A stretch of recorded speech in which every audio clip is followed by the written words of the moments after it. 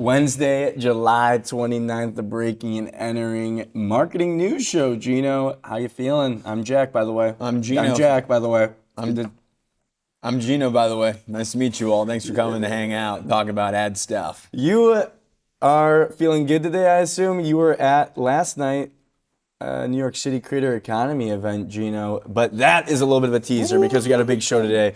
Presented by Tatari. Shout out to Tatari, by the way. Big fans of them. And shout out to Tracksuit as well, the exclusive data partner of the Breaking and Entering live show. Some guests, I think a little bit of a theme here, Gino. We're getting into the creator-verse.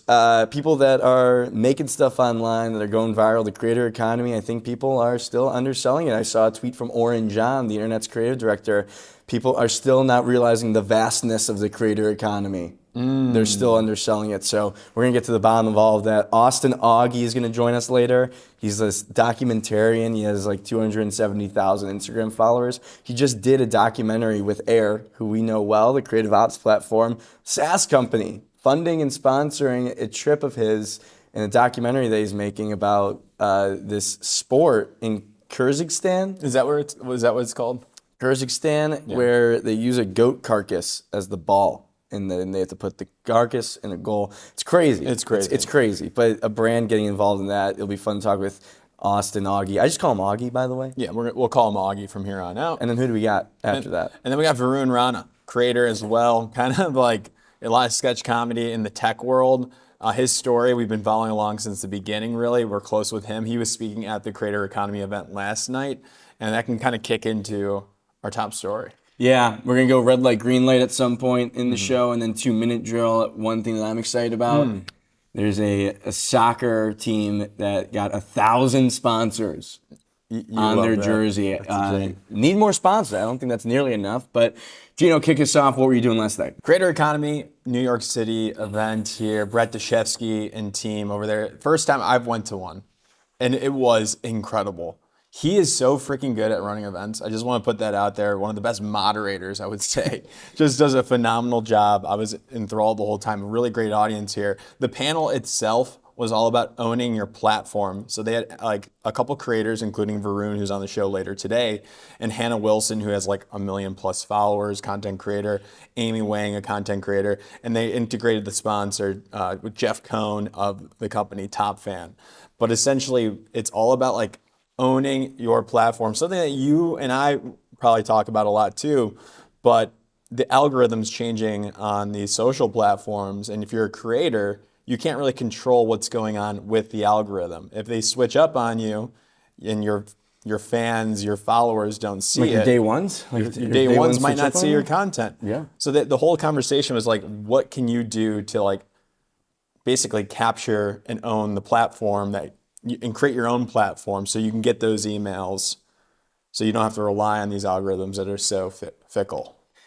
Yeah, I'm not as bullish on all that stuff of like owning the audience as much. I know it's like a big part of the creator economy, like pitch and like start a newsletter and have a website, have a lead generation, lead magnet. To me, it's like I don't know, like the way social media works, it's just like TV these days. So if your audience wants to find your stuff and talk to you and see your stuff, I think that is how they'll do it. But I get it if you're talking about like creator economy. Like from the creator side, it's easier to get brand deals if you can be a sure thing for brands. Yeah. But at the end of the day, like I think there is no such thing as a sure thing. You can have emails and all that, but also I feel like the email inbox these days, for me at least, is like I'm scrolling through the feed. Totally. I don't look at it. I don't click on all my emails. I mean, from conversations that we've had and what we're seeing, it's like a lot of these people nowadays, like this audience here, the marketing and advertising professionals, they're getting their advertising news through the Instagram and LinkedIn feeds. Yeah. And it is absurd. Like, even if you try to own the data of your audience, like you still need to provide value consistently with those newsletters. Like it's not an easy thing to do, but this is the business side of it, of showcasing to sponsors that you have this list. You're not going to beat Publicis at that first party data capturing. You're not going to beat them, that's for sure. You don't have the data like they have the data. You'll never get that data. You will never get that data. Did you talk to anyone? Did you see anything? I mean, I feel like it's like a packed house. It's like the creator economy, like the New York City who's who event. You get a bunch of creators in there. Did everyone pull out their ring lights? Did you get some man on the street interviews? Did someone ask you what your favorite pizza slice was in New York? There was, I met Excel Daddy. Who? Excel Daddy. Excuse me? That's the content creator. He's got like 600,000 like TikTok followers, I believe. Well, I can imagine this person. Oh, here we go. This guy's a beast. Excel Daddy. He's going to law school. I don't know if it's public What does he information. do? He's going to law school. What does he do? Microsoft Word content? You think that was funny? That was good. This is like a crazy thing. We'll talk about it later, but a little teaser. I'm going to talk about Arizona State offering a bachelor's degree in a class in the creator economy, becoming a creator. It's crazy to me how many creators there are out there and how much is going on. What was the big takeaway? They did the panel, owning the audience. Is there anything like the brand marketer people out there that are watching need to know about? Knowing that like you're getting insight from the creators themselves. I'm going to check out my notes app. Oh, you got a note? You took I took a notes app. Did you? That's how much I really enjoyed it. And you're just diminishing. I don't really believe in that. That's bullshit. It's a real thing. All right, what you got? What do you say? What do you have in your precious notes? Someone's phone. Lead magnet, newsletter, lead magnet. You got to do that. You were like, no, you I got a text last night. Everybody was saying that. I got a text last night from you at 10:30 p.m. Got to create a lead magnet. You said lead magnet idea for people's email addresses. They get breaking and entering's midpoint agency leader list. I was thinking quarterly. We do like agency leader list. Yeah, agency leader list. Like which agencies got mentioned the most on our content every quarter. Oh yeah, I mean that's easy because then we can link back to our other content too. Yeah, that's a good point. I do like that. People love a good list. I think about like the old like ESPN magazine power rankings, and it's like a full page is dedicated to each team in the top 10. It's like a big profile. Who's the best? Were you gonna say? Is my column? I guess the biggest takeaway was like the in-person event was sick and like people. It was packed. Yeah, that's 800 people RSVP'd. How many people were probably what? So that Probably a fraction of that. 200? Probably 200. Yeah. That's it was popping. People were standing. I got a seat. You got a seat?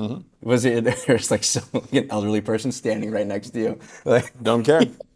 Don't care. You got the seat. You got to sit. How long was it? What was the setup? Did it go happy hour into the speaking, like panel style? Happy hour, panel, a lot of Q&A. A lot of Q&A.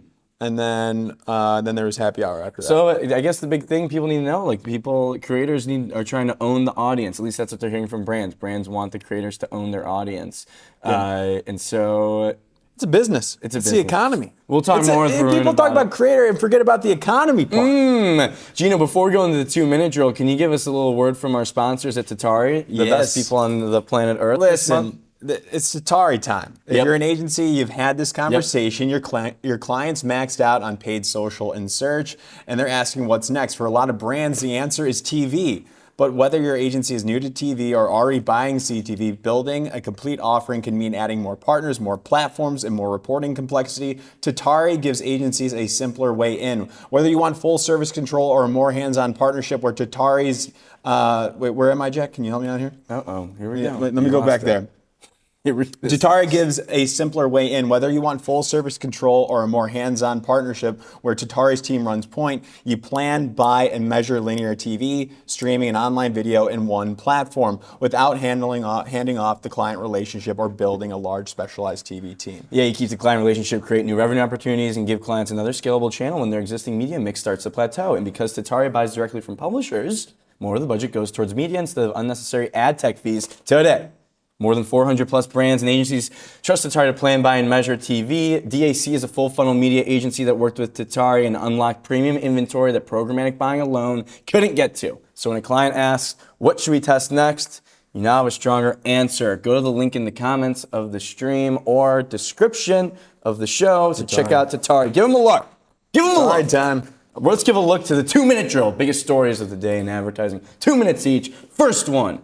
I just wanted to give a shout out to the Merriam-Webster social media page. This is not necessarily a new thing, It's like, but if you've seen Merriam-Webster's social media, just the greatest of all time. Going back all the way to like 2016, I was seeing articles, I was pulling up articles. 10 years of just dominance. It started on Twitter, I would say. But you talk about giving yourself a parameter and a world to live in and just crushing it over and over and over. J is the most recent letter added to the alphabet. The letter Q. And it's and let's go next one. Something, something, something. I can't read it, but Gino, Merriam-Webster. This one, we would never box in letters. It's so good. It's fantastic. Their X is great too. The responsiveness of it, and like you said, you built these parameters, allows you to play here. Merriam-Webster, you think about the dictionary, you think about a brand, I'm sure it's 100+ years old, staying fit, staying attuned to what's going on social. It's a good lesson. Any brand can be on social media. Any brand should be on social media, but they don't. They're like, a lot of brands try to do the playbook of being funny and quirky online, but they just don't have it in them. Merriam-Webster is so good. Like everyone, you almost know this person. You feel like Merriam-Webster is now a person that you're like talking to. It's the nerdy library dork that's really funny. I think they have a very clear personality. It's insane. But a lot of brands I think can take note that like you can build an entire social media strategy around a very specific topic, just making inside jokes within that topic. Yep. And I think that like you can learn a lot from that. They probably hop on trends when it makes sense, but they do it and they bring it back to their jokes. I like it. To like their brand style. Merriam-Webster. Account to follow. What's up? An account to follow. Yeah, I would follow this account for sure, just if you want to try and be funny. Yep. Like send stuff to your friends. But Merriam-Webster, who would have thought? A dictionary, one of the strongest brands alive. Gino, what's next? Next up here, Facebook Marketplace is bringing back that truck. I like this. I'm calling this a campaign follow-through here. They're doing a good job. 2 weeks ago, Facebook Marketplace released Summer Jobs, a spot here with a girl that was like trying to buy a truck. She put jobs. This was in the video format. And now today, they're auctioning off the actual truck in the spot. And to get this, you just have to share your dream road trip story. There's a QR code, and you can potentially get this for free. Sweepstakes, Jack. Love a sweepstakes. This is done by Droga 5, carrying through with this campaign. I mean, it's a sick fucking car. Like that really Chevy cool Silverado. You can imagine pulling up to that thing, tailgate, 94. If just telling someone that you have a 94 Chevy Silverado is so badass. Look at that. Look at the color on the side, the painting. Just under 200,000 miles on it. That's it? That's it. It's still running? Didn't your Volvo back in the day? The Vo? The Vo probably got up to over 150K, right? Yeah, I had dice in the wheels. Dice? And the red dice. That's People would sick. know that. Yeah. What do you think about this though? I like a little follow up. Maybe because we know the stories, we get sent the stories. Maybe I don't know about the audience. Yeah, like people nobody's get it. yeah. I like it though. Of course. It doesn't matter. Well, that's why I like this, because you don't need to know. It's like when you watch a sequel of a movie and you can watch the sequel without having to watch the original. Like that's the best way to do one of these follow-throughs. Like, yes, if you are one of those people that did know, you'd be like, it'd be a surprise and delight sort of moment for you, I guess. But if you're an average person that just sees the billboard, like I could use a free truck, free Chevy Silverado, Facebook Marketplace. Like I get it. I think they should do more of this stuff. I think they should just give away stuff for free. If you're Facebook, And you know what? What? You gotta enter your email. Oh, You gotta enter. It's a lead magnet. They're owning the audience. 10 years of Facebook Marketplace. Happy birthday to them. 1,000 sponsored jersey. Gino, this came across my desk via Warner Bailey at Assistance First Agency. Sent it to me. Shout out to them. A club here, I don't know what country, this club released a jersey with 1,000 sponsors. It's Peruvian club, Deportivo Municipal is the club. So the thing is, I think they were kind of like in financial limbo here, the club was, and to alleviate that financial burden, they went out to everyone and said, hey, we're going to sell a sponsor, 1,000 of them on our jersey, and apparently it's sold out within minutes. Brands lining up to support the club and get their logo on the jersey. To this, I say not nearly enough ads, not nearly enough sponsors. I want 10,000 sponsors on the next jersey. It's fantastic. This is a strategy that you will see from Breaking Entering very soon. 1,000 spots on our content here. Maybe we're going to be in financial troubles. Who knows? You know, we might employ this. I think that we could easily get 1,000 sponsors just on this screen alone. Oh, for if sure. we could just get every single open space should have a sponsor at some point. Like this 90-degree angle is brought to you by TurboTax. And this is not the first time, like, I think there was like a case, I forgot, it might have been Liquid Death on the cases. They sold individual spots as well. Like this kind of, there's also those paintings that people will do, the digital files where you buy $1 on it and there's 1,000,000 slots there. So this is not a new thing, but it works very well. Remember that company that was like free water? And they just put ads on the water bottles, and then so the water was free, but it was like they were making money from the sponsors. I don't know where they're at now, but it reminded me of that. 1,000 sponsors on a jersey. This gets the breaking and entering seal of approval.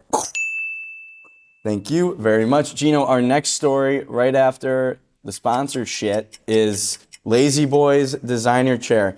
If you know Kristen Juszczyk, I don't know how to pronounce that last name, but she was like popping off in the last couple of years during NFL season. Her husband plays for the San Francisco 49ers. Kristen, to me, is probably more popular and more known at this point because she would create these like custom jackets. You can see like the custom Letterman jackets, custom design stuff. She got T Swift to wear something one time, so she popped off for that. And now she's working with Lazy Boy to create a custom Lazy Boy chair for football season. Another sweepstakes situation. I entered it. They have my email. My personal email. So what will you, I mean, this would not even fit in our apartment, though. That's the issue. Our apartment is too small, and we don't have a living room. I'll bring it to the office. That'd be nice. That'll be my desk chair. What do you think about this? I think you see a wave of these like buzzy physical items that you're like hopeful that they catch some traction on social, and then you bring in Kristen, who's like, I think it's a good, to me it's smart because Kristen isn't a megastar, but within her fans love her. And people love her designs. Totally. So you capture that audience, and you hope it goes viral from there. You got right? Lazy Boy, the established audience, maybe a little bit older, and then you got this designer who's got her audience, which is probably younger, and she's got 1 million followers. And then you got football season, the guys that want to get this for their man caves there. You got 3 audiences at play here. Everybody wins. It's nice. It's the nice trifecta. It looks good too. I think I don't mind that chair one bit. Lazy Boy, we know. Just going through like a brand refresh, working with the team at Cole McVoy, doing a lot of shit over there. I feel like they've been busy. Yeah, Cole McVoy. Who competes with Lazy Boy? Just like Amazon, like white label kind of? Bob's Furniture? Yeah, Bob's Discount Furniture. But you can put your name. I put my name that I would want on it. I put G-Shock. G-Shock. This is G-Shock's chair. That's cute. Next up, Ogilvy's U.S. CEO Lindsay Corona departs the agency after less than a year in the role as Ogilvy's U.S. CEO. Per Ogilvy, they will not be looking to fill this role now. So WPP-owned agency, WPP going through a lot of restructuring, moving things around under Sydney Rose, the CEO. And Lindsay Corona is out, but look at this LinkedIn post from her. If you scroll up a little bit. Oh, what do we got? Well, the news is out. Stay tuned, my friends. ... A little bit of a teaser. We'll see what she's doing next. She still has CEO in her title on LinkedIn, but does not say what the next thing is. If you go to her profile as well, a little bit more sleuthing, you'll see, oh, what's up, JR? Watch this space. Wow. So some little nuggets here. What do you think? Speculation Station. What did it say in the post? Adjacent to the ad industry? I think that was what it was described as. Is she was going to be going and doing something adjacent to the ad industry. I know what you're talking about. I don't think it's. Oh, here you go. Pursue a new opportunity adjacent to Everything's the ad industry. adjacent to the ad industry. Oh, think about it. Interesting.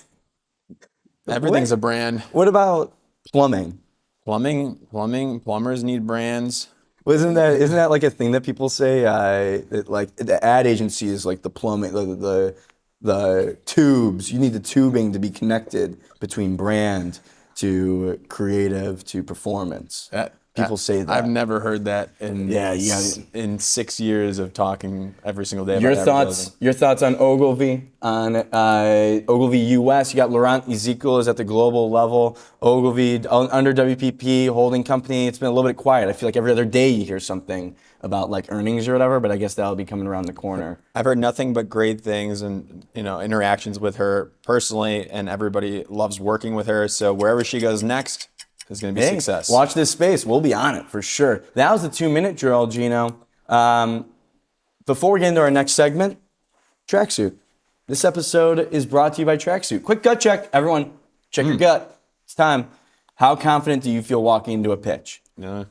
Here's what everyone isn't telling you. The work gets better and easier when it's actually backed by data. Tracksuit tracks brand health continuously. Awareness, consideration, competitive position, brand perception. Updated every month. No waiting for an annual dip. No cobbled together proxies. No pretending a 6-month-old deck still holds up. Just current data on tap for your whole team, so you're pitching with receipts instead of a wish and a prayer. And when you're in the business of strategy, that's kind of the whole point, Tracksuit, up and running in 30 days. Check them out. The link in our comments and the description. Go give Tracksuit a look. Shout out to Tracksuit, exclusive data partner of the Breaking and Entering live You're show. going to do a data story tomorrow? Yeah, we're going to do a data story tomorrow. So tune in. What is it going to be? We got data. It's going to be about Gap and American Eagle. Gap versus American Eagle, the denim winning? wars. I'm not going to give that Come away. on. We All will right, be I'm trying to able get the scoop. we will be able to declare a winner in the denim wars as of the last year, thanks to Tracksuit and the data that they provide, Gino. Love it. What are we doing now? We got a little red light, green light? Yeah, this is everyone's favorite segment. It's red light, green light. Market trends that are in, market trends that are out. Got it. You can kind of understand which one applies to which. Yeah, the red light, you want it to stop. That's how I interpret it. Green light, you want it to keep going. At what point do we implement yellow light? Next week. Like yellow light, you kind of like, It's like, let's be on a low. Well, I speed up at a yellow light. yeah, that's a good point. Also, is it an orange light? Doesn't the yellow light to you look orange? Yeah, I get what you're saying. Yeah, People that's what do- I've yeah. noticed in my time. But I speed up. Yeah, I speed up. I speed up. I wasn't gonna say through the red light. No. I We haven't haven't driven drove a car in dude. I haven't years. driven a car in 5 years. All right. I what don't do even we got? remember what the laws are. All right, you Kick it you off. kick it off. How about you kick it off? All right. I'll kick it off. Yeah, you kick it off All right. with something. You want to kick it off? Go ahead, bro. All right, I'll kick it. You kick it off. All right, I'll kick this one off here. Red light. I'm going to go green light first. How about that? You want to kick it off? I'll kick it off. All right, I'll kick it off. All right, I'll go red light here. I'll start with the red light. My red light is the education system. That's concerning. Gino, the education system, I think, is under. I'm worried about the future of the education system.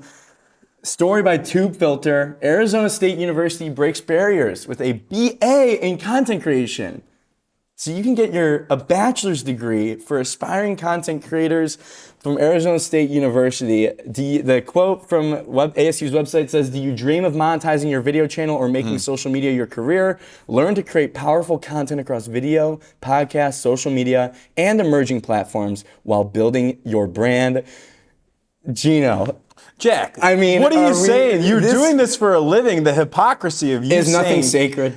you Do we literally really do have this to? Do we for really a have living. to Do we really have to curriculatize content creation? There's a beauty to this art form. There's a beauty to this art form, and you can't teach what we got. You can't teach this. So I'm worried. I just cannot imagine what that class looks like. Can you imagine walking into the content creation class? That would have ring lights everywhere. Too many ring lights. So I don't know. I mean, don't if know. you're sending your child to college and they come back and they're like, I went to content creation class. Yeah. Okay. Okay. So Arizona State, it kind of worked. So I feel like Arizona State, sure. I like, mean- this would be the university to do it. And I'm learning more and more. You know, we didn't just start overnight becoming content creators. We learned through trial and error. So if you went in there and guest lectured, you could probably save them a lot of time and help That's them true. monetize and whatever it might be faster. That's true. Well, the whole It is- I mean, we light know these it's a kids growing up. I would thing. light these kids up. I would light these kids up. These kids probably have more followers than you already. That is the other thing too. Is like I'm sure plenty of people that go to Arizona State have hundreds of thousands of followers on And if they're platforms. going to want to do it either way, they might as well. I don't know what they're learning, but if there is the economy part of it, the business part of it, Clav got framed by ESC Yeah, Prep. this is probably a reason why they've started to do this. I mean, content creation, like knowledge creators, stuff like that is very beneficial. I feel 100%. like if we were thinking about just like the Clav streamers and stuff, like yes, it's easy to be pessimistic about it.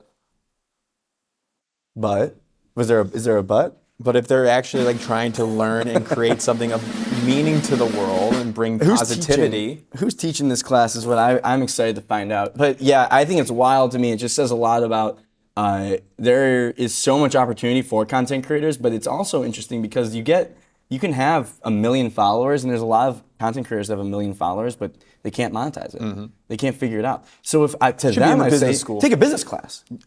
True. I would almost be like, start a creator economy class. Yeah. Don't do like It's content creation, which is crazy. which is crazy. Yeah. Like I understand. here's the angle to use. I don't know if it's actually like that, but to me, it's like I don't know. That's a tough You're one. red lighting it. I'm a yellow light it. All right, I'm at my green light.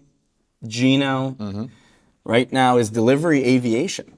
DoorDash is building its own drone delivery business, so you could get your next burrito dropped to you from a drone flying through the air. It's called DoorDash Air. They got their air carrier certification from the U.S. Federal Aviation Administration. They announced this news. How are you feeling seeing some drones operating in the skies, dropping off sushi, burritos, McDonald's, flying through the air? I can't imagine this working in New York City, where we live. Another part of this that I feel like is missing, one of my favorite things about getting DoorDash in New York City is that the delivery person will legitimately drop it off at the door. And with the drone, it's He gets like, so many knocks, this guy. I get a knock. We get a buzz and a knock on the door, and he waits for that person to leave. yeah, I'm not exactly 100%. But that's the nice thing about this drone is that you don't have to talk to a human when it gets delivered. So DoorDash is like doing crazy stuff. I feel like it's kind of a massive investment. But if there's ever a brand that can market something like this, it's DoorDash, right? Yeah, they can absolutely do it. I mean, like, where will this work? Like in like more suburban? They have the delivery bot. If you've seen that Yes. online, the delivery bot. that Chicago has people them. try to kick it over. It looks like it's operating in some smaller cities. Look at this thing. I mean, don't you just want to punch this thing in the face? We don't have those. Don't you just want to kick this thing over? Just bully this thing? Like headlock, shove it in the dirt. Yeah. That's how I feel about this. But DoorDash is trying to do things differently. Do you think this is actually solving a problem? Is this a problem that like really exists? Because to your point, like it not working in New York, the other side of it is like because there's so much traffic in New York, having something that can go over all the traffic would be really nice. Yeah, where's it gonna drop it off to? Like right in the middle of the, like I right don't in front of know. your apartment? This is why- Like this where is a- everybody's walking. From a comm standpoint, my question to you, knowing that they're probably so far away from actually putting stuff like this out, do you do the launch? Like, what's the comm strategy for something like this where it feels like it's not going to happen for like years? I think the comm strategy is answering all the things that we are concerned about and curious about in this conversation the last 2 minutes. Yeah, just like go down the bullet list and just Yes. like boom, boom, boom. Also, like a timeline would be really nice to know, and then you just keep the beat rolling. But I think that I would be concerned about like the validity and like how this would actually work. Yeah. All right, Gino, your turn. All right, let's start with my green light. My green light is caffeinating with intent. This was created by, that term was created by the Miramar brothers, Luke and John McKelvey. And If you came here for marketing news right now, I'm sorry. there might be some marketing implications here because the American Heart Association has declared that drinking up to 5 cups of coffee per day is fine, and not just fine for you, it could potentially be healthy. 400 milligrams of caffeine. I feel vindicated. And of course, there's more testing and stuff. They're not 100% sure. Nobody's 100% sure of anything, but it's looking pretty damn good from recent studies here. Now, this is not like your mocha frappuccino latte, extra caramel pistachio protein drink. It's what you're drinking right there. I don't know how many ounces that is, but around five cups of 8-ounce black coffee might be good for you. 8 ounces. Oh well, Yeah. fuck. I mean, Yeah, this is like that's a little too much. This is like 24 ounces, I think. Yeah. Yeah. So that's 3 right there. So you can have pretty much another one of those. This You'll is be okay. different. And you're under 30. Why too. are coffee brands not hopping on this immediately? How are we There we not go. like? We should have immediately. I'm thinking. I've got my Molson Coors Kraft Heinz hat on right now. Let's get a 5-pack. 5-pack of coffee. Yep. Sell a 5-pack. La Cologne comes out with a 5-pack. Genius. 5-pack of One a coffee. day. Like FDA says, or science says that you can drink this many in a day. You're welcome. One- Or you give. Or what 5 about? a day. What about That's what I would say. 5 times 8? So a 40, like a 40 of beer. Yeah. A 40 ounce. a 40 ounce tall like thing of coffee. Yep. It's like it's your daily driver. I like that. That's really and good. some sort of koozie to keep it cold. Yes. And then when it's super cold, it turns a different color. Yeah. when you have the different markers, like each of the like at each time you finish one coffee, it's like don't talk to me yet, or like willing to speak to humans, Almost there. Yeah. almost ready to socialize. 8, or it's like the done by 9 a.m., 11 Yeah. a.m., 12 p.m. And then you fill it up. My big thing is I'm either caffeinated or I'm boozing. That's how I operate. I'm either Or snoozing. yes, nice. Yeah. Caffeinated, snoozing, or boozing. That's essentially how I break up my day. See, what I've done is I've changed and manipulated time. So now I live 3 days at once, where I wake up, I caffeinate, and then I'm boozing, I'm at the bar, and then Yeah. I'm sleeping. You, And then I wake up, I do it all over again. most people just live one day at a time. Right. One day every day. What You got 3. Do you have a time when you cannot have coffee after a certain time? Because that's a thing for a lot of people. Yeah. Like 3 p.m. would be my cutoff time. Mine is like 7 p.m. That's crazy. I don't think I'm affected by the caffeination anymore. I think at this point it's all just I just got that dog in me at this point. You got it. This next is one. not for Celsius drinkers. Don't drink 5 of those. You will probably Yeah. not make it. Only Okay. the good stuff. My red light. Selling the Colonel's secrets. That's right. What? Colonel Sanders was a real person, Jack. He died in 1980. I think he lived for 100 years. And he was the mascot. He created the formula of KFC, Colonel Sanders. We all know him. And they have an estate sale, essentially, auctioning off his personal items, and including a tie, which was a clip-on. Could you believe that? We shouldn't know that. It was a Yes. clip-on tie. That's too much. This is a brand icon here. They also are selling his journal. I believe it sold for around $30,000. His personal diary sold, and in it was a recipe with 11 herbs and spices, the secret recipe for the chicken. And now KFC in the 2000s deemed it was not the right recipe. It was a stuffing recipe, but there is a secret recipe in there that is not for the chicken itself. I don't know. I don't like this. I don't like it. This is not good. Shouldn't be selling his stuff. Brand mascot, secrets are in there. Keep it to yourself. This should be in the Smithsonian. This should be donated to like a museum. The Breaking Entering Brand Museum. Yes, this puppy monkey baby, seal. Brand Museum. Brand museum is a great idea. How has nobody The amount thought of about that? sponsors on that? You get everything. Everything It's is an in that. immersive experience. It is an immersive experience. I like that. Yeah. Every ticket sale, you get an email. That lead auctioneer guy on that video, he just looked like the lead auctioneer guy. What a job that would be. But yeah, I don't know. You can't do that. Yeah, what was confusing to me was it was framed up like it was the secret recipe, but then it wasn't the secret recipe. It was a secret recipe for his stuffing or something. But that just got me like worried. Yeah, that's Like, why are we doing this in the first place? Keep that. Yeah, keep that shit tight. Yeah. I don't like that one bit. And it's interesting. KFC, something like this. Could KFC would they be able to just buy that? I'm surprised that KFC didn't just be like, we own it. Yeah, I don't know. We want this. I think if there was a scenario where the secret blend of spices was potentially up for sale, like they would come in because they probably have the IP or whatever. Yeah. Like they would not allow Trade that. secrets. Yeah. I mean, you talk about Popeyes versus KFC. These are two chicken brands, I feel like. And then you got Chick-fil-A. It's kind of, it's just a fact. I just feel like Chick-fil-A is just a cut above in terms of like the performance. I believe Chick-fil-A is like one of the top fast food chains. It's like McDonald's and then like Starbucks maybe, and then Chick-fil-A. Yeah. Like Starbucks isn't fast food. I had a side note here as well. Only one person knows the WD-40 formula. What? Yep.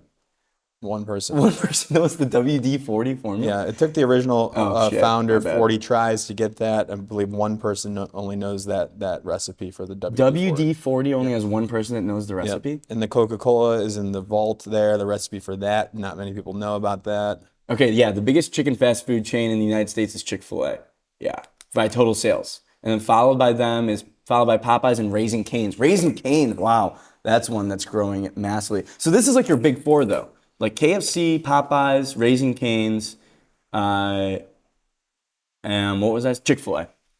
So you're like, it's like, I feel like Chick-fil-A and Raising Cane's maybe a little bit newer in terms of like national presence. KFC and Popeyes are like your incumbents. Popeyes been struggling a little bit. KFC's got like some crazy advertising going on all over the world with Mother, Believe in Chicken. Yep. So where do you see it all playing out? High Dive in the U.S. here. Where do I see it playing out? I mean, I like Chick-fil-A the best, tasting wise. In the customer experience wise? Yeah, I'm going for a chicken sandwich. And And they got the best one. Yeah, and Popeyes is good too. The issue is that It's like everything whoever's got costs the so best much chicken now. sandwich. Everything costs so much now, so like almost The sauce? It's so hard to go by price differentiation these days. They're all expensive. Every fast everything food is is like you're expensive. spending like $15. So when you're done with whether it's Chipotle, Cava, Sweet Green, Burger King, McDonald's, like it's gonna be $15. It's $15 no matter what. That is what I think is the hard thing for these fast food chains to grapple with. Like, it just doesn't hit the same when it's the $5 menu instead of the $1 I used to be menu. able to get like a $10 bill from my parents and like go to 7-Eleven, go to like a little fast food, get a McDouble, get a McChicken. I was able to go through town. Well, that was the best part about going like the dollar menu. Price differentiation hit so much harder when you could lean on like this is $1 versus now value. It's just like the messaging makes more sense. And nowadays people, it's so hard to be like $7 because a $7 like meal would be very, very, very cheap right now. But it just doesn't hit the same when it's like, well, $7, like, I don't know. It's not the same as it was back then. Right. So now like they've almost, because we started at a place of like the cheapest potential for price differentiation, it's hard to like make it as impactful when the prices are going up and up and up. Yep. So it's like you kind of started from like the best possible place. Right. Everything from there on in terms of advertising for price isn't going to be as good. No, and I think that's a complete shift from that. I think people are now just thinking about like what's the best tasting, what's the highest quality of actual food itself, because price is out the window now. And almost like consistency. Yeah. Like if you know that that's the thing about McDonald's, obviously, like over the years, that's their whole thing. It's not necessarily like, it's not by any means the best tasting, but you just know exactly what you're going to get every single time. Every time. The worst is when you get soggy fries. Yeah. In any situation, they need to fix that. Remember Wendy's came out with they came out with new fries? I don't remember that. New crispy fries. They came out like they reinvented recent? it like a few years ago. Crispy fries. Was it part of the full? Yeah, of course. Gino, let's get into the guest segment of the show. Oh. The most interesting people alive. You don't want to talk about McDonald's a little bit more? I don't want to talk about McDonald's anymore. Our first guest is going to be Austin Augie. Austin Augie he used to be a BMX rider and now he's a documentarian.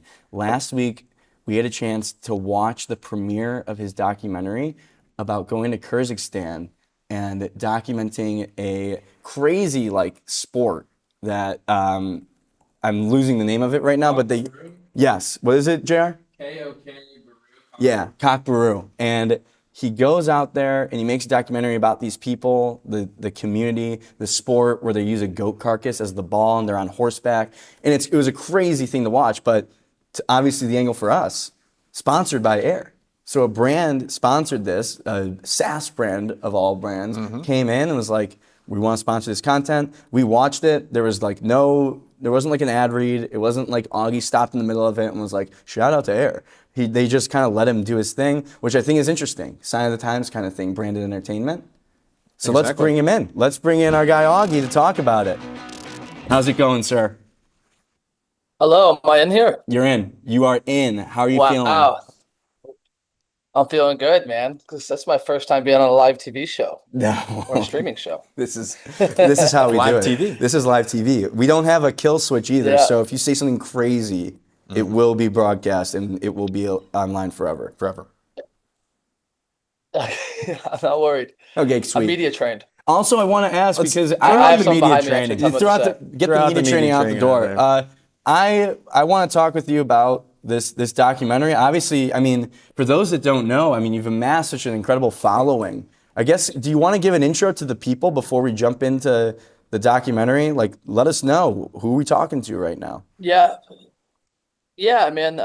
It kind of all started. I was a professional BMX rider for I think 10 years or so, and throughout that process, I got a talent agency and I became a model. And then throughout that whole time, back when Casey Neistat was doing those daily vlogs, I kind of hopped on that bandwagon and just did daily videos for like a year and a half. So, um, uploaded for a year and a half, kind of garnered a pretty good following, a loyal following, people who really are interested in what I do, beyond the scope of the content that we create. But since that time, I've kind of navigated more in the photography, stopped doing BMX and then, really leaned more into traveling the world and documenting the world. And it's gone quite well, actually, surprisingly. Yeah. And Photography's it kind of led us amazing. to that's kind of like a quick synopsis, but Yeah. Why was it surprising to you that you were able to get things cooking? well, I think it's been about shoot, I've been try I quit doing YouTube like strategically and like consistently about 4 years ago, and then trying to build up this like a body of work where it's like I can show people that I can do photography. I have already have the work from the YouTube channel and the social stuff. I just need to be able to marry the two together. So it just took a bit of kind of trial and error and how to build this up in a way where it's like, how can I stick to my artist craft and the artistry of what I want to do, but also kind of lean into the world that we're going into now, this content creation world, this online presence that you kind of have to do what especially as an artist now. You can't just be an artist, I think, anymore. You kind of have to dip your toes in a little bit in all these different worlds. So it was nice to be able to have it kind of come together in this like authentic way and not like a force like me doing fucking sorry No, you can me swear. doing like I don't know, some like DraftKings pick or some like sports betting thing on my, it's just I feel like it's really authentic and that's why it's been really good with air. So I was I guess that answers the question. you, Augie, you're an artist, right? And I'm not familiar on the world too much, but I would imagine artists have some sort of galleries or screenings, and they get money through selling their work. Is that a fair Yeah, just yeah, generalization? So it's so yeah. interesting to I, me then, I like that you're working with a brand partner on like this new film that you have. yeah. Yeah, I think the kind of the issue with especially in the art world, I mean, I'm not too familiar with like the painting art world, but in the photography world, you kind of find a gallery, you go sell your work for a lot of money, and like it becomes quite pretentious. And I would be down with the pretentiousness, I wouldn't mind going to a little gallery, For but sure. I don't mind, I don't want to follow this traditional avenue of like I have to go and do X, Y, and Z to get where I need to get to. I don't want to follow these rules. So I think any way where I can be behind the lens and create the work that I want to create. Uh, I'm not afraid to dabble in it. And I think, like I said, the error in the documentary we did with them was it was just such a great collaboration because I didn't have any rules. I didn't have to go and do like you were saying earlier. I didn't have to go and be like, this is Air, a file sharing app. It's like, no, they just really wanted me to go out and create a body of work that reflected me, and then organically they've gotten a following from what I've done in a way where I've never seen before in anything I've done post wise. Yeah, So yeah, I would love to talk about that because obviously, I mean, the documentary we got a chance to like see it and it's absolutely incredible. Like it's insane. It was so good. thank So you. congrats just on that. But of course, I mean, listen, we're advertising people here talking about advertising. Yeah, I was waiting for the ad read. I was waiting for, yeah, and then when we got back to the hut, we put all of our files into air storage and and I was waiting yeah, for it. yeah. It never happened. So for you, like, what do you think is the big value for Air really like they get the social following, they're like able to collab on a lot of the stuff, and ultimately like just be kind of associated with something that's as good as this? Yeah. Yeah, I think what Shane and Ari are doing. I mean, Ari's kind of like my right hand man, and Shane. Just quick backstory to Air, by the way. I shot the CEO's wedding in India. That's I spent crazy. so really, really wild how this whole collaboration kind of came about, and it's very serendipitous and really beautiful, and it makes me feel good, to kind of have this one event kind of lead to all these other events we'd be able to do with Air. But um, what were you saying? Can you ask Yeah, the question again? just Sorry, like just I like got like confused. what's I got Air? lost. What do you think is the big value that you're driving for Air by like kind of Um, purposely avoiding very in your face I, ad read sort of stuff? you know, I think I mean, I've kind of had this conversation with my DP when we're traveling together too. It's like, what is Air getting from what we're doing? And I think what it showcases is that you can be a tech company, but you can also invest into real artistry. They do a lot of AI stuff, and I think that kind of can be a little bit of a red flag for a lot of artists. But I think giving me the opportunity to go and travel the world and showcase real stories shows them as a real brand. You know what I Right. mean? It makes it so they're authentic, and I think Mhm. that's what really showcases them as a whole. And then also the social following they're getting, and then I think the people who do kind of bleed over from my Instagram to their Yeah. Instagram are just like are fans, and they want to support things that they want to support the people who support artists. If that makes sense. Yeah. It's so we hear over and over again the importance of a brand not getting in the way of the creator. And usually there's some sort of brief. This one, it doesn't Yeah. sound like Air had any sort of mandatories, parameters. Of course, we've worked with Ari too. We can confirm this is very true with working with Air. So much so that your documentary, it's wild. Like you need to explain to the Yeah. people what you were able to do and What the capture with Air's support. Yeah. Well, I guess it all started off. Well, the whole thing. This is like our third trip. This is our third and final trip. Kind of the Air collaboration just um kind of ended. This like first series. I would love to do another series with them if they're. I think Ari's probably watching and Shane. We should definitely do those series. But it's we started. We did Peru. We did a 36-hour uh boat ride in Peru to the Amazon jungle. So this is kind of like the catalyst or the like the the blossoming of the flower this Mhm. last trip. And so we went to Kyrgyzstan with the idea of documenting the sport called cockburoo. We actually have a team in Montana, and they call it buzkashi here in the U.S. But in Kyrgyzstan, Afghanistan, any of the stands, they call it cockburoo. And we showed up with this idea that we were going to go and document the actual event, which is like 100 horses, thousands of horses in this middle of this field, and they all going after this one dead goat carcass. It turns out when we showed up, the season was over. We weren't going to be able to find it. But the first day we showed up, and I'll leave kind of a little bit to the allure, but we meet a taxi driver, and this taxi driver kind of like first day we show up to Kyrgyzstan, he just shows us the way, gets us into this cockburoo team, and like we're documenting the team, and then uh, we actually ended up hosting our own game and like buying our own goat and killing the goat. It was quite sad. Mhm. We called him Ball. Mm. That's what Sauce called. We called him Ball. But yeah, we bought the goat, had to kill the goat, and then we hosted our own game with a village. And the story was supposed to be about the sport itself. But what ended up happening is the story is about how we got to the story itself. It's like meeting the taxi driver, and um, it was just you have to see it. I guess it's a Yeah. really Yeah. weird. And Yeah, I guess but crazy, crazy. It's crazy. it is crazy. And it's just so fascinating to me that a B2B Yeah. tech brand would want to sponsor this, but it makes sense now knowing that they're a creative, like, they help Yeah, creatives do what they do best, which is to create and not worry about how their files are stored. Yeah, I want to ask Augie about like because we talked about it a little bit when at the premiere, but about this idea of how do you create content that as many people are going to see as possible while also maintaining the craft and the storytelling. Because like you showed us a yeah, 15-minute video. I wouldn't say a 15-minute video is necessarily the most like platform optimized way to produce something these days. Like it should be 30 to 45 yeah, seconds. So how do you think about that? Because you can't get the story in 30 seconds. It has to live as something longer. So how do you think yeah. about that as someone who's making like these kind of documentaries? I talked about it in the panel after the film. I think what we have here is we have this overarching piece of work, which is the long form piece. And to be honest, a lot of this stuff on YouTube now, the long form stuff's doing quite well. If you Hmm. look at a lot of the Yes Theory guys, they're like doing 45-minute docs of like finding the loneliest man on the planet. You know, these 45-minute pieces are working. They just have to be really engaging throughout the whole time. And that's something that we're working on our end. But we have this kind of like little machine that works. We have the reels that kind of take away from the long form piece we put on Instagram, and those do really well, you know, doing millions of views, and Yeah.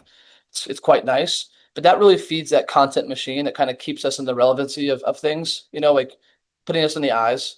Mhm. And then we have the long form stuff that kind of can kind of showcase that story. People are interested. So we have that kind of, you know, if you want to see the short form stuff, you go from YouTube to Insta. You want to see the long form, you go from Insta to YouTube. Yeah. But then we also have that we have the tangible stuff that comes from these pieces, the photos and the books that we make. So I think it's just kind of having a well-oiled machine where you can have your feet in all these different doors and making sure that you're like, you know, you're doing all the things necessary, I guess.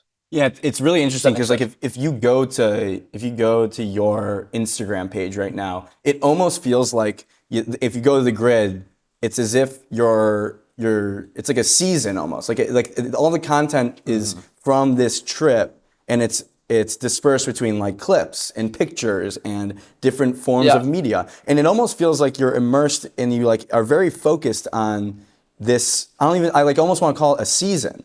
Because it's like a season of the Well, Augie TV show, and this is the latest season yeah, of it. that's kind of a dude. It's spot on. Like obviously, TV show we kind of try to navigate from more like not traditional TV, but Right. more streaming. But that was kind of the goal of this doc was kind of a proof of concept, and I think we're kind of moving in a direction where that's going to happen. You know, you've seen what Nico's doing with what's he doing with the chef, the Revival. big guy. Oh, Maddie Matheson. Oh, Yeah, like yeah. yeah, so they did a 25 episode series with them, and they, you know, I think there's a world where it could work on you on Instagram, but my idea is obviously have it on YouTube and Instagram. It's like long form TV show or streaming show, which is kind of like our idea. But um, yeah, man, Yeah. it's important to make sure that the Instagram that I'm doing is very relevant to the work I'm doing. So because social nowadays can be so toxic, and I don't want to showcase my personal life on there, like I did in my vlogs. I much rather showcase the work that we're doing Yeah. and keep people immersed in the work, so it's less about me and more about the things that we're doing. So A little for bit about the people out there, like I think there's a lot of people that aspire to like create, and especially these days, even like the brands that we talk to, the marketers out there, the CMOs, the ad agencies, it's like figuring out how to get reps and like make things and like continue to be fresh on social media. Can you talk about like through your journey, doing those personal vlogs every day? I feel like was probably so amazing for just getting reps, but like how have you gotten yeah. to the point, or like how have you built up the muscle of storytelling? Because if you watch the documentary, I think you'll very clearly understand how great of a storyteller you are. But how do you build that muscle? You know, the best thing about doing the vlogs is that you have a narrative already built into your day. You have the beginning, you have the middle, the end. You have the wake up scene, you have some sort of climax during the day, then you have the bed scene, right? So it was really easy to kind of start to garner or like work on my storytelling craft within those vlogs because it's very story driven, linear storytelling. And um, I mean, that's pretty much it. I think just doing it for a year and a half, you kind of learn how to tell a story through the lens. And to be honest, like my buddy Colin from Kid Super, Colin, Hmm. he's like, Augie, you're not really good at telling stories with your words. I'm like, yeah, dude, because I'm always behind the lens. It's like, it's kind of hard for me to tell stories like face to face because Right. it's like I've done it so long behind the lens. Yeah. Um, but yeah, I think it just comes from you know, trials and tribulations and making shit work, making good work, and then, you know, just getting better at it. Is there anything coming up? Is there a project that Yeah. you're Where are you excited going about? next? Yeah. What's next? What's next? I'm not too sure, man. We just, you know, I've been gone for the past 6 months, so I'm trying to like hone in on all the work that we've been doing. And Back to work it's like now, my business Augie. partner. Yeah, my business partner's like, oh, you got to stay put for a bit. Like we have too much stuff, and like, you know, our website needs updating, and you know, um, I would love to. I might be going to Mexico for the e-formula stuff, and I would like to go to Russia soon. Obviously, there's some caveats to that, but you know, just want to be on the road, man. That's awesome. I mean, listen, if there brands out there, I feel like it's just such a great opportunity. I mean, you just see the effects that it I has for a brand like Air to see like the social following go up Yeah, and the social content itself and bring them in without having like when we talk with Nico, that was his big thing is like consumers aren't dumb. Like they'll see your brand. Especially with like you can yeah, collab on Instagram, you'll see the logo and all that. Like they'll find the brand. You don't have to shove it down their faces. yeah. And to be honest, I think we did kind of tap into it. I never seen what we've done until I saw what, Nico did with Maddie Matheson. I think that's like the first time I've actually seen a series based like Airbnb working with them. I mean, it's such a great concept to be able to have a brand who's like, listen, like let's say we wanted Red Bull. Obviously, Red Bull's a Right. different beast in itself. But just as an example, if Red Bull like gave us a budget and said, hey, Augie, go and do this 3 episode series, you're kind of giving like it's like a produced by. It's almost like they're producing a TV show now. It's not an ad anymore. Yeah. So it's like you're producing something that inadvertently becomes an ad, but it's not like this like spoken truth, you know? Yep. So it's definitely something I think is really valuable to brands if they wanted to invest in stuff like what we do. Yeah. Because you get the photos, you get the videos, you get everything. That's what I think is interesting, is like the almost like multimedia nature of it, where you're not just signing up for 10 TV shows. You're signing up to like create a universe. You're creating this whole different with like different touch points, different visual ways of engaging, and like to me that's very interesting. Exactly. And then when you have all those assets, these assets, brands usually pay like, I would say, I'm not too familiar in the ad world, obviously, but I think they'd pay up to millions of dollars to have these assets. Like you'd have to pay for a photographer, you'd have to pay for DPs. I mean, we're going out with to be honest, I would love to go out with more videographers, by the way, but it's just me and Sauce, my DP, and then me with the camera. And look what all the stuff we're getting from a 2-person team. Yeah. And that's kind of what we're trying to hone in on now, is making sure these brands can like a little bit more of a budget so we can kind of keep the same curiosity to it, but a little bit more production value. 100%. Yeah. Well, it's really impressive. I mean, that's another thing. Like, it's very impressive that you two do it. And also, fun fact, Augie edits the whole thing. Insane. That's So awesome. that's Yeah, wild. unfortunately. I'm awesome. editing right now, to be honest. Yeah. Yeah, that's wild. One day, my hands will be away from the computer. Dude, just getting in the lab, there's nothing like it. Just locking in, just getting in the lab. Augie, thank you so much for joining the show. Absolute pleasure. And for everyone Always, out there, thanks for having me on. go check it out. Go check out all the content from Kyrgyzstan. And It'll be we'll have you on uploaded soon. Thursday. Thursday. Be on the All right, lookout. cheers, boys. Thursday. Yeah. See ya, Augie. Thursday on the YouTube channel. Cheers. Love brother. it. See ya. All right. That was dope. That was dope. He's awesome. From one creator to another, we're going to bring in Varun Rana here in a second. Gino, friend of the program. Totally. But tech comedian creator that has built an audience over the last couple of years. He's a full-time creator, kind of has like a whole media company around himself, kind of very new age. He's building the brand. And I just want to do a quick shout out before we bring Varun into one of our people streaming in right now on a road trip with his sister over in, he's in the Wisconsin area heading to Minnesota for the Olivia Dean concert. Marcos posted on LinkedIn that he's listening in. His sister doesn't understand exactly what we're talking about. To the sister, we are talking about advertising and marketing news. So anybody that's in this or interested in this space, they tap in, they can learn some insights, some takeaways. Thanks for listening in. We appreciate you, Marcos and sister. To be honest, sister, we don't know what we're talking about either. So we're all in the same boat there. You know who does know what they're talking about? It's Varun Rana. Let's bring in Varun right now, or in a second, whenever he's ready. Gino, I'm going to filibuster for a second because Varun he lives in like this tech comedy sort of area, which like there's limitless content there. Yep. It's been very interesting because I think he's a good. He quit his tech job at Amazon in 2021 to start posting those sketches. Yeah. And he's been popping off ever since. And it's interesting because it's not like, he lives in a niche, so it doesn't have 1 million followers, but great example of someone who has been able to build a business by speaking directly to a certain audience. And he works with a lot of brands too, a lot of tech brands, B2B. So we'll ask him about his experience there and what some of the best tech brands are doing in terms of marketing. But if we're ready to bring him in, let's bring in Varun. Varun, welcome to the show. How you doing?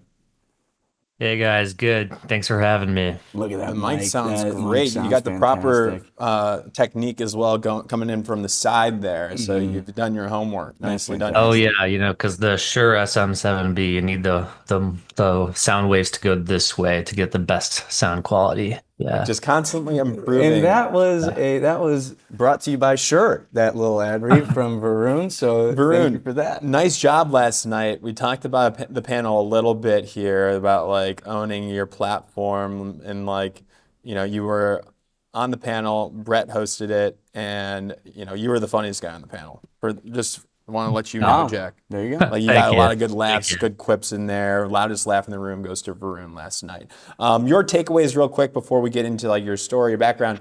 Jack and I are going back and forth on this right now. It's a little bit of a debate here. Like, does it matter for content creators to like own the data, the email addresses, we're talking specifically of their audience with algorithms shifting? Do you buy into this? Did you get convinced last night? Are you on board a little bit more? That's a good question because I think this is becoming kind of the thing that a lot of the experts are preaching right now is like owning your audience and all that good stuff, collecting emails and stuff. But I do think while I agree with the principle behind that of like, kind of having an own audience, an email list, a place where you can sell other things, I think still for most creators, most brands, the first problem to solve is just discoverability and reaching people. So, if you are just going hard on content only and not thinking about collecting data or emails or anything, I think that's totally fine. And that doesn't have to be your North Star if you're like in your first act of your content Yeah, journey. that's good. Yeah, That's a good point. that's, well, of course, because we're so bad at getting emails, we don't do anything to do it. So, of course, I'm going to take the side of not caring that much. But, Varun, can we talk, for the people that don't know you or meeting you for the first time, can we get a little bit of a background on you? Totally, totally. I started my professional career actually working in the tech industry. Back in 2018, I worked in big tech, I worked in small tech, in medium tech. I was a software engineer, a solution engineer. Now the hot title is forward deployed engineer. It's all the same thing, technical guy on sales team. Yeah. And so I worked all across this industry, and I think during my time in the industry, I saw a lot of conflict between expectation and reality of how the industry and working in it was sold to me versus my actual experience. Hmm. And so I decided to kind of go online and start making fun of it on TikTok. And that was maybe 5 years ago. And then that really drummed up a big audience. And then that turned into a full-time gig maybe 2 years ago. So been Wow. doing that ever since. Yeah, and so you got the niche down, and you've like absolutely done a great job of finding that niche, building content around it. When you were getting started, though, was it tough to like how have things changed? I guess with your experience with brand deals from when you started to how it's changed to present day. Totally. Even when I started in 2024, I had to beg brands to even consider doing a comedy video, let alone a video, period. And I think something changed in 2025, like a year ago, last summer. You started seeing a lot of these young Gen Z led startups just going viral with content. And so that's when I and a lot of these other tech creators started seeing just such an uptick in demand for influencer content. And so obviously now, like the creator economy, content marketing, influencer marketing has been booming and it continues to, and there's an uptick in demand for that kind of content. Um, but even then, it was still very hard to convince brands to do funny content and kind of content that makes fun of the struggle. And we're having a much better experiences with that now. I think brands are starting to wake up, but I would still say that is kind of the fight that I'm fighting is like, hey, we can do influencer, but we can also like chill out a little bit, you know? So, Is yeah. there any experience where like a I guess a brand that you have worked with has been okay with like you kind of just cooking and just being like we're gonna be funny, we're not gonna treat it like just strictly an ad read. Totally, totally. I have done a few videos with Rippling now. I think they've been one of my favorite partners for sure. And they're an interesting case because they don't really have like a formal influencer marketing department. And you would think on paper that that's what you need to run a successful campaign, but sometimes that can lead to a lot of creative blockage. It's the same thing you see in the advertising industry, or the traditional ad industry, that is. And so they were great in that they wanted me to collaborate on reaching young founders and young tech people. And so they were very open to any of my ideas. They treated me like an expert. They let me kind of discuss with them like the best ways we can reach this audience. And Nice.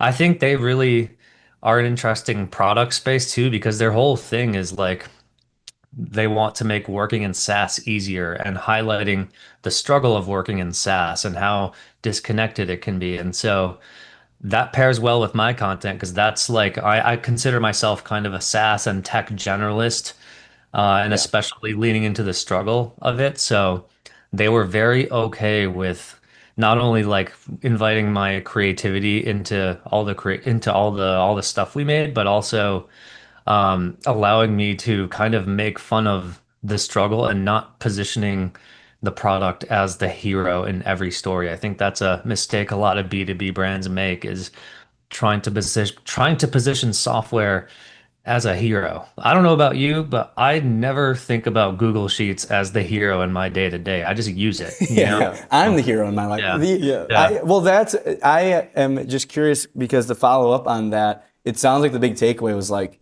they knew the exact audience that they wanted to reach. They wanted to reach young tech founders.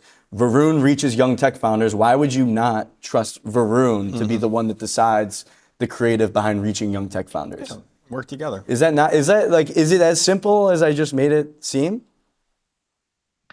I think I wish it was that simple. I think um, even then, though, you have some brands we've talked to where we don't end up moving forward because maybe they want a creator who is more of like an expert on being a founder or Right. who's Oh, more of an yeah. expert on VC or this or that thing. And so I get that if they want to do that kind of content, but I do think it's a little more nuanced than we want to reach founders. Let's work with Varun. It's becoming more like we want to reach founders and create awareness and get some level of street cred in the culture of it all, I guess, because that's more what I do, I Yeah. guess. Yeah. Right. Of course. I found it interesting last night. Like somebody was saying on the panel, like the first thing to invest in is an editor. And then I connected with you after, and you said you're not giving that up. You made your first full-time hire, I believe. So congrats to you on that, and to whoever that is. But that person's more helping out with the admin, chief of staff type role here. Can you talk about that decision? Why holding on to the content editing is so important to you? Yeah, totally. I think you never want to. I really try to avoid giving blanket advice on who you should hire first because there's no blueprint for any creator business, really. The reason I decided to hire more of the EA and chief of staff type role is because I want to protect my zone of genius. You know, I want to spend my days writing, directing, and delivering great creative and great video. And that's the stuff I really enjoy doing, including editing. Sure, there's a future where I have editors to collaborate with, but I really care about how it comes out from everything like the music to the timing to the way things are cut together. I'm trying to establish myself as a creative authority and showcase my directorial abilities. And so I think protecting that stuff in the early days is really important. And having someone manage all the other creator economy madness and paperwork for me just lets me do that. It opens up my time and my energy to keep making weirder and weirder stuff. Yeah, I don't know, I guess in my experience, just with how much content you can consume these days, the editing styles of different creators and different channels becomes a part of the core value of the content. Where like, I think, in commercials, like a commercial you see on TV, they all kind of look like commercials. You're not really getting very much variation in the editing versus when you have something on social, it's like a 45-second video that has 28 cuts. There's a lot of room to create personality around the edit itself. Do you feel like, just generally speaking, Varun, like you're noticing that in the content game, like the feeds that you're scrolling, where like it's not just the talent alone, it's like the edit also carries some of the weight? Yeah, totally. I think we're seeing a tale of two feeds, I guess. You see one where a lot of the same editing styles are being copied and recycled. And I think that works for the people who care more about the business of their creator business and just want to pump out stuff that works and is tested. But for someone like me, I am just really passionate about the look and feel of things, and I think I think editing is like an important way to find your voice as a creator, and I think everyone should spend some of the early days at least trying to figure out what that looks like, because it will only help you stand out more long term. Yeah, 100%. I wanted to ask about switching now to like more brand side, advertising side. How are you Yeah. seeing the tech industry? Are there any brands like that are doing like some of the bigger tech brands that you're thinking that you kind of enjoy or think they're at least doing marketing the right way? Because there's a lot of discourse. We see the Subway ads. Fire your sales team. Like that stuff. Are there tech brands that you think are kind of doing at least a good job of marketing? Good question. Yeah, totally. I think I've been seeing a lot of creator marketing from OpenAI and ChatGPT. I think that's been really fun to see. I know they were one of the brands that held off on that for a while, and it's been really cool to see them putting stuff out. Even like just the Claude versus ChatGPT, like TV ads we saw, I think that stuff was really awesome because it's kind of like watching those Apple commercials growing up, and that's like the new version of that. So I think that's super cool. I think Ramp also, they're that goes without saying, they're everywhere, Yeah. and I think they've done a good job of firing on all cylinders beyond influencers and beyond Subway. Like they've done great field marketing, event marketing, etc. Yeah. Um, Did you I'd watch have, yeah. did you see like the Meta AI? Like I think Zuckerberg went out and like I think he wrote like an op-ed in the New York Times or something about like the future of I didn't AI. see that. But yeah, I guess that is interesting to me. I think it's just fascinating. All those like stories too, like the tech bros have found taste and they're like Yeah. learning about marketing. I just think that that part of it is all fascinating. But like, do you, from your point of view, because I'm sure you interact with a lot of tech brands, a lot of like tech creators too. How is like the general state of the union for the tech industry right now? General state of the union on the industry Yeah, itself. are people feeling optimistic? Are people touching grass? Because there's a lot of like psyop nature to tech. I think first, we're working harder than ever. This industry is well past its glory days of like, this is fun. We have ping pong tables. Like, everyone's working hard, myself included, honestly. Like, everyone's going aggressive with content, aggressive with productivity, AI workflows, etc. So, definitely working harder than ever.